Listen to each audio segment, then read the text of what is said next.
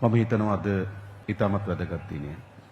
පෞද්ගලික මම ගත්තොත් මම හිතන්නේ මම රැස්වීම විශාල ප්‍රමාණයක් ආමන්ත්‍රණය කරලා ඇති. විවිධ අදහස් විවිධ අවස්ථාවල ප්‍රකාශයටපත් කරලා ඇති. මම හිතනවා අද මට පැවරී තිබෙන්නේ හුදු කතාවක් නෙවෙයි. අද පැවරී තිබෙන්නේ අපේ මාතෘ භූමියත් අපේ පරිසර පද්ධතියත් පිළිබඳ බැඳීම සහ වගකීම. ඒ වගේම මේ උත්සවයක් මම හිතනවා හුදු උත්සවයක් නෙවෙයි.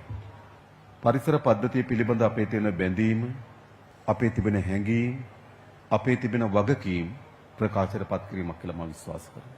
විශේෂයෙන්ම අපේ රාජ්‍ය පිළිබඳව ඉතිහාසයේ ලියවෙන ලියවිලි තුලත් වර්තමානයේ අපේ විදේශික නියෝජිත මහත්මයෙක් සහභාගී වුණොත් ඔවුන් මුණ ගැසිලා පළමු වාක්‍යය තමයි අපිට කියන එක ඔබගේ රට ලස්සනයි, beautiful ශ්‍රී ලංකා. ඉතිහාසයේ අපේ රටේ පරිසර පද්ධතිය පිළිබඳ ඉතාමත් අගනා ඉතිහාසයක් අපිට හිමි වෙලා තිබෙනවා වගේම වර්තමානයේ අපේ රට අලංකාරත්වයට ලස්සනට පත් කරලා තිබෙන මේ පරිසර පද්ධතිය.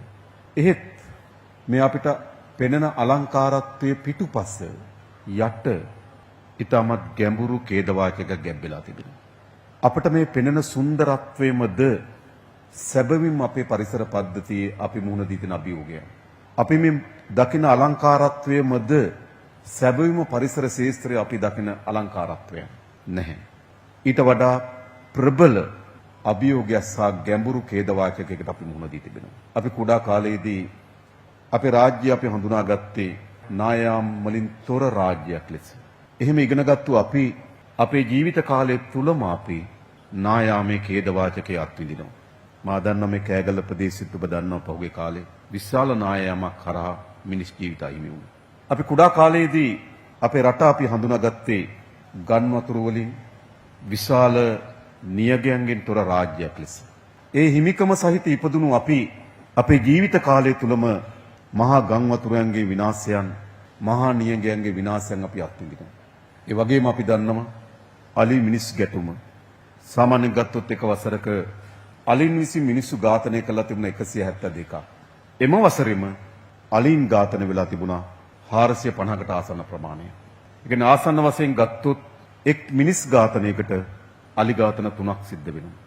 අපිට ඉතාමත් හොඳ ජෛව පද්ධතියක් හිමි වී තිබු රාජ්‍යයේ මේ පරිසර පද්ධතිය සහ එහි වෙසෙන ජීවීන් අතර විශාල ගැටුමක් නිර්මාණය කරලා තිබෙනවා.